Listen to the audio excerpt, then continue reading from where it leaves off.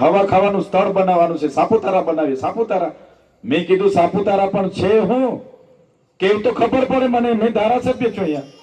પછી કીધું કે આ 302 એકર જમીનનો આ પ્રોજેક્ટ છે, 400 કરોડ મંજૂર કરી લાવ્યા છે. અહીંયા હોટલો રિસોર્ટો આ તે ફલાણો ઢીકણો અમે બનાવીએ છીએ.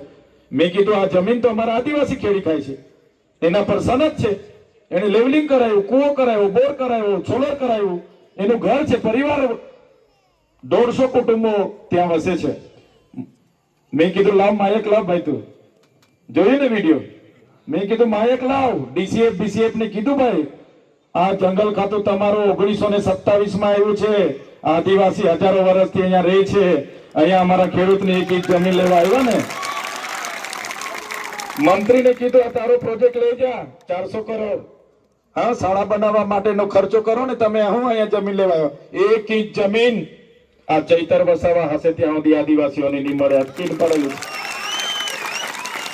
પડેલું છે. મંત્રીને કીધું તારે આર્મી મૂકવી હોય તો મૂકજો, અમે ગોળી ખાવા તૈયાર છે.